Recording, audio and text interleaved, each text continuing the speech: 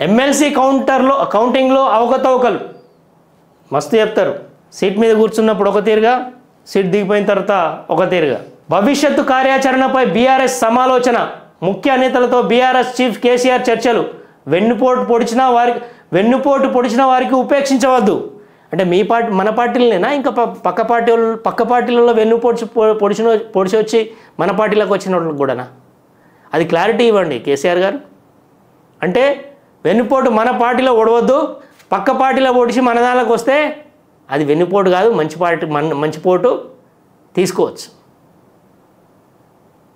మనము పవర్లో ఉన్నప్పుడు మాత్రం పక్క పార్టీల నుంచి గుంజుకోవాలి. అంటే దాన్ని ఏం పోటు అంటారు? మళ్ళా ఇంకెన్ని రోజులే కేటీఆర్ని దిగిపోమంటారు కార్యకర్తలే. ఈ ఫెయిల్యూర్కి కారణము కేటీఆర్ అని కార్యకర్తలు ట్వీట్ చేస్తున్నారు, మెసేజ్లు పెడుతున్నారు, సోషల్ మీడియాలో అడుగుతున్నారు. జర మీ కుటుంబ పార్టీని తగ్గించుర్రే, ప్రజాసేవకు ముందుకు రండి.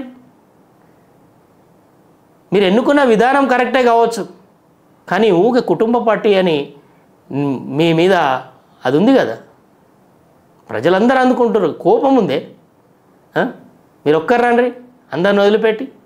హరీష్ రావు గారు మీరు రండి, లేదా మీరు స్వచ్ఛందంగా ప్రజాసేవ చేయండి, కుటుంబం అంతా చేయండి, కానీ పదవులతో కాదు అని ప్రజలు అనుకుంటున్నారు. దిగువ శ్రేణి నేతలకు ఫోన్ చేసి కేసీఆర్ భరోసా. బదిలీల బుగులు, రాష్ట్ర వ్యాప్తంగా అయోమయంలో అధికార యంత్రాంగం. మనకు తెలిసిందే కదా, వీళ్ళు వస్తే ఒక అధికార గణం ఉంటుంది, ఇంకొకరు వస్తే ఇంకొక అధికార గణం ఉంటుంది.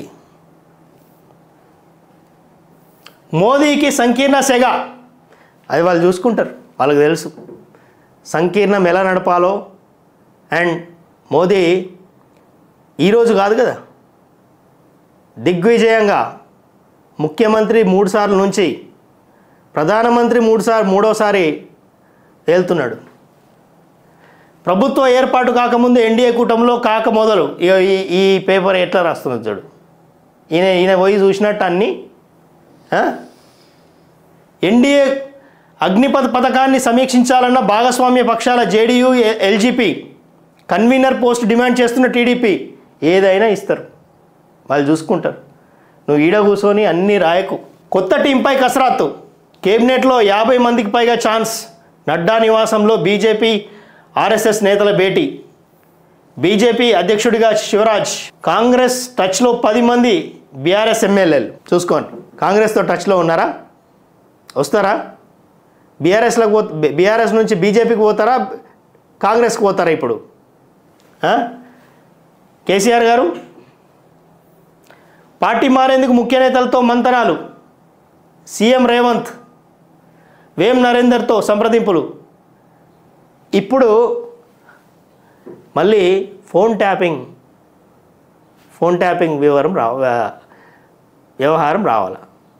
సో ఇదే విషయంలో ఇంతకుముందు ఇలాంటి సంప్రదింపులు చేస్తున్నప్పుడు బీఆర్ఎస్ వాళ్ళు ఫోన్ ట్యాపింగ్ వ్యవహారం ముందుకు తీసుకొచ్చారు.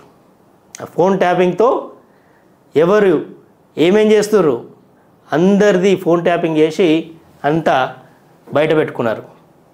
ఇప్పుడు కూడా మళ్ళీ మీరు కూడా అదే చేస్తురా ఏంది మరి? ఎట్లా తెలిసింది? గ్రేటర్ హైదరాబాద్ పరిధి శాసనసభ్యులే అధికం.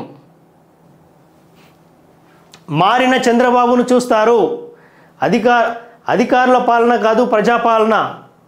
పాలనలో రాజకీయ కోణం ఆవిష్కరిస్తా. 5 ఏళ్లుగా ప్రజలు, కార్యకర్తలకు వేధింపులు. అన్యాయం జరిగిన వారికి న్యాయం చేస్తా. టీడీపీ ఎంపీల సమావేశంలో చంద్రబాబు. అండ్ ఈరోజు జగన్ మొదలుపెట్టిండు,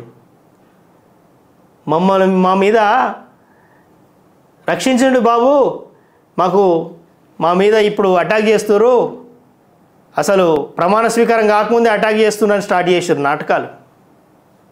అలా ఏం జరగదు. ఇంతకుముందు చంద్రబాబు కాదు. అలా అనుకుంటే ఎలక్షన్స్ కంటే ముందే జరిగేది. కాబట్టి జగన్ ఈ నాటకాలు ఆపేయండి.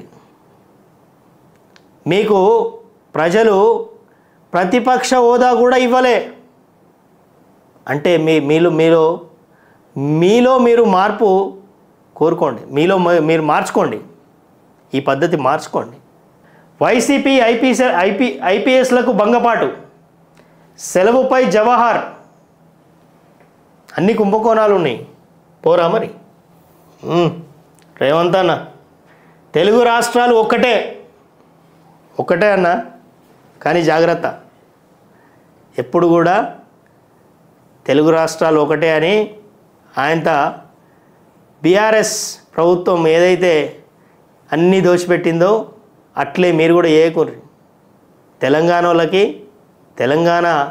తెలంగాణ వాళ్ళు ఉన్నటువంటి వ్యాపారస్తులకు కావచ్చు, అన్ని వర్గాలకు న్యాయం చేకూరేలా మీరు చూడండి. ఏపీ తెలంగాణ అభివృద్ధిలో పోటీ పడాలి, రెండు రాష్ట్రాల మధ్య సత్సంబంధాలు కొనసాగాలి.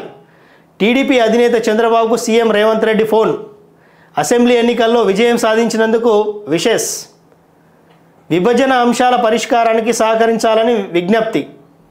లోక్సభ ఎన్నికల్లో కాంగ్రెస్కు మంచి ఫలితాలు వచ్చాయి. ఇక్కడ ఆజ్ కీ బాత్లో పట్టభద్రుల ఎన్నికల గురించి అంటున్నారు. మీ చేతితో కొన్ని వేల అక్షరాలు రాసిన మీరు ఓటు ఎలా వేయాలో అర్థం కాలేదా?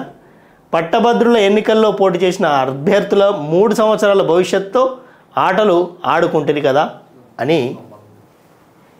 అయితే నిజంగా కూడా ఉన్నత విద్య చదివిన వాళ్ళు కూడా జై సో అండ్ సో టిక్కు పెట్టడాలు ఇలా చేయడము ఒక విధంగా అంటే వాళ్ళ మీద మనకి అనుమానమా, లేకపోతే విద్యా వ్యవస్థ మీద అవమానమా? ఈరోజు నిజంగా కొంతమందిని చూస్తే డిగ్రీలు పీజీలు చేసిన వాళ్ళలో కూడా ఒక మినిమం మనం రిక్వైర్మెంటు కనబడట్లేదు. అప్పుడు ఒక విద్యా వ్యవస్థ మీద మనకు అనుమానం కలగక మానదు. కాబట్టి ఒకరి మీద మనం నింద వేయలేం. కానీ ఇక్కడ ఆజ్ కీ బాత్లో పట్టభద్రుల ఓటర్లను కొంచెం మనడు కొద్దిగా సంధాయించినట్టు అనిపిస్తుంది. నీటి సంక్షోభం, నీటి చుక్క కోసం అవస్థలు పడుతున్న ఢిల్లీ ప్రజలు. ఫ్రెండ్స్, మొన్నటిదాకా బెంగళూరులో చూసినాం. పాపం బెంగళూరులో నీళ్లు వాడకుండా టిష్యూ పేపర్లు వాడుతున్నారట. ఒకప్పుడు మనం అనుకునేది అమెరికాలో టిష్యూ పేపర్లు వాడతారట అని. మనం కొన్ని వీడియో చూసినాం. నీళ్ళు వాడకుండా అందులో కడుక్కోవడానికి పేపర్లు వేసుకున్నారు. తిన్న తర్వాత ఆ పేపర్లు అంటే మనం ఈరోజు టిఫిన్ సెంటర్లలో చూస్తాం చూడు, అట్లా ఇండ్లల్లో కూడా అట్లా అయిపోయింది బెంగళూరు. అంటే ఎందుకు కారణం? అంటే అలా ఎందుకు జరుగుతుంది అంటే ప్లాన్ లేకుండా పోవడం. మనము ఐటీ డెవలప్మెంట్ అంటాం, ఇండస్ట్రీస్ అంటాం, అన్నీ తీసుకొస్తాం. కానీ వాటికి కావాల్సినటువంటి ఇన్ఫ్రాస్ట్రక్చర్ని డెవలప్ చేస్తాం. కానీ ఎంత ఎక్స్ప్లాయిట్ చేస్తున్నాం మనము గ్రౌండ్ వాటర్ని, ఎంత అవసరం పడుతుంది, ఎంతమంది రోజు వచ్చిపోయే వాళ్ళు ఉంటారు, ఎంతమంది అక్కడ నివసిస్తారు, ఇవన్నీ కూడా క్యాల్కులేషన్స్ నిజంగా కూడా కాగితాల మీద ఉంటాయి. దానికి అనుగుణమైనటువంటి అంటే ఏ రూపకల్పన గ్రౌండ్ వాటర్ని ఎట్లా ఇంప్రూవ్ చేయాలి, లేకపోతే గ్రౌండ్ వాటర్ ఎంత వాడతాము అనేది అన్నీ కూడా ఉంటాయి పేపర్ల మీద. కానీ ఇంప్లిమెంటేషన్కి వచ్చేసరికి ప్రాబ్లం, రాజకీయాలు. బెంగళూరులో ఇప్పుడు నీళ్ళు లేక సతమతం అవుతున్నారు. సరైనటువంటి వర్షాలు ఉన్నాయి, కానీ ఆ నీటిని వాటర్ హార్వెస్టింగ్ చేయాలా, వాటర్ హార్వెస్టింగ్ పిట్స్ చేయాలా, పిట్స్ తీసి ఎక్కడికక్కడ ఆ నీళ్ళని మనము భూగర్భంలోకి వెళ్ళేటట్టు చేయాలి. చెట్లు ఉండాలి. చెట్లు పైన వాటర్ వేపర్లో ఉన్నటువంటి వాటర్ని అంటే ఆ గాలిలో ఉన్నటువంటి నీటిని ఆకుల్లోంచి తీసుకొని వేర్లలోకి పంపిస్తాయి. దాన్నే అంటారు ఈరోజు మనం జటాజూటం నుంచి గంగ శివుడి జటాజూటంలో ఉందంట చూడండి, చెట్టే. ఆ శివుడి జటాజూటంలో ఉన్నటువంటి గంగని కిందికి పంపించడము అంటే ఆ చెట్టు ఆకుల్లోంచి ఆకుళ్ళు గాలిలో ఉన్నటువంటి నీటిని పీల్చుకొని వేర్లలోకి పంపించే వ్యవస్థ ఈ భూమి మీద ప్రత్యక్షంగా చూసేటువంటి ఆ శివుడు మన చెట్టు. ఆ చెట్టే మనకు ఎన్నో రకాల అన్ని వసతులు ఇచ్చింది. ఫ్రెండ్స్, ఆ చెట్టుకు, నీటికి, గ్రౌండ్ వాటర్కి అండ్ భరతమాత అంటే ఈ భూమాతకి అన్నిటికీ ఒక చెట్టు తల్లిలాగా ఉంటుంది, సంరక్షిస్తుంది. మనకి భూమిలో 3 మీటర్ల నుంచి 9 మీటర్ల వరకే మనకి భూమి ఉంది. ఎర్త్ క్రస్ట్ అంటారు దాన్ని. ఆ 3 మీటర్ల నుంచి 9 మీటర్లు మాత్రమే అది మృత్తిక అంటారు, అది ఆ మట్టి అంటారు. ఆ మట్టి మాత్రమే మనకి వ్యవసాయానికి అనుగుణంగా వ్యవసాయానికి పనికి వచ్చే మట్టి. ఇంకా కిందికి పోతే మనకి ఆ న్యూట్రియంట్స్ ఉండవు, వ్యవసాయానికి అనుగుణంగా ఉండదు. ఆ మట్టిని కాపాడుకోవాలి మనం. ఆ మట్టిని కాపాడుకోవాలంటే చెట్లు ఉండాలి. చెట్టు అంటే ఒకే రకమైనటువంటి చెట్టు కాదు. భూమి మీద ఎన్నో రకాలైనటువంటి చెట్లు, బయోడైవర్సిటీ. ఆ చెట్లు బతకాలంటే జంతువులు కూడా ఉండాలి. జంతువులకి చెట్లకి అవినాభావ సంబంధం ఉంటుంది. ఇవన్నిటినీ ప్రకృతి సమతుల్యత కాపాడుకోవడానికి మనకు తోడ్పడతాయి.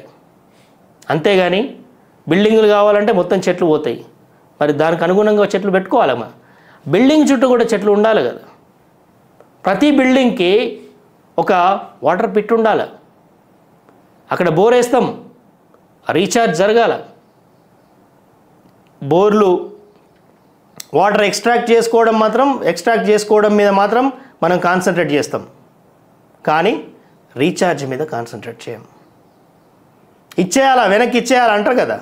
మనం ఎంత తీసుకుంటామో అంత వెనక్కి వెళ్ళేటట్టు మనం శ్రద్ధ తీసుకోవాలి. కాబట్టి ఫ్రెండ్స్, మనం ఆల్రెడీ వరదలు చూసాం, ఇప్పుడు హైదరాబాద్లో కూడా చూస్తున్నాం.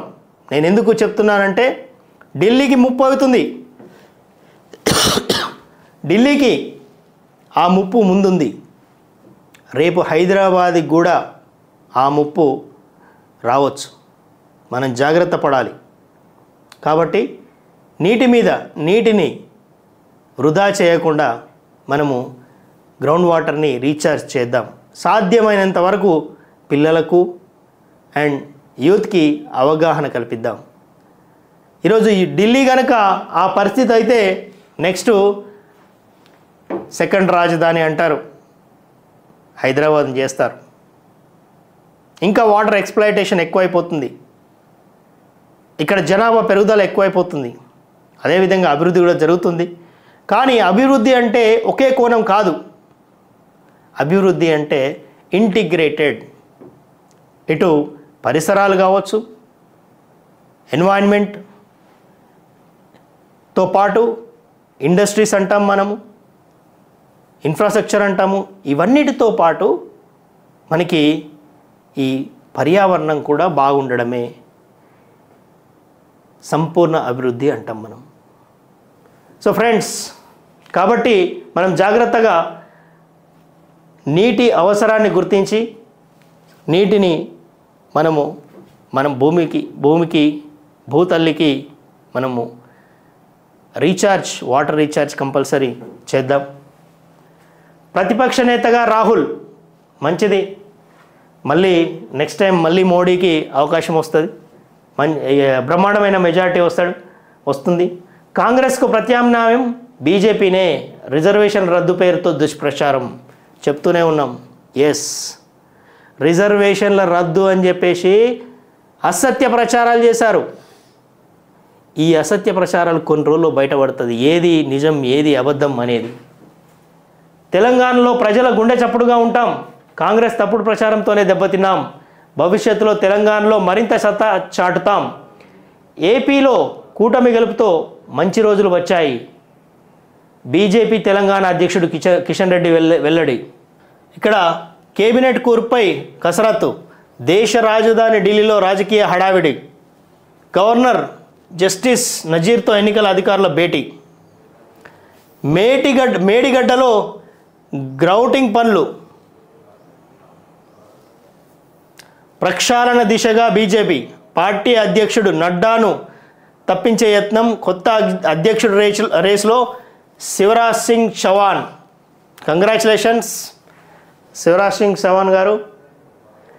మొన్న లాస్ట్ ఎలక్షన్లో చూసాం శివరాజ్ సింగ్ చౌహాన్ గారు ఒక్క బ్రీఫ్ కేస్తో ఒక స్కూటర్ మీద మన సీఎం ఆఫీస్కి వచ్చి మళ్ళీ వెళ్ళిపోయేటప్పుడు అదే ఒక సూట్ కేసు స్కూటర్ మీద వెళ్ళిపోవడం.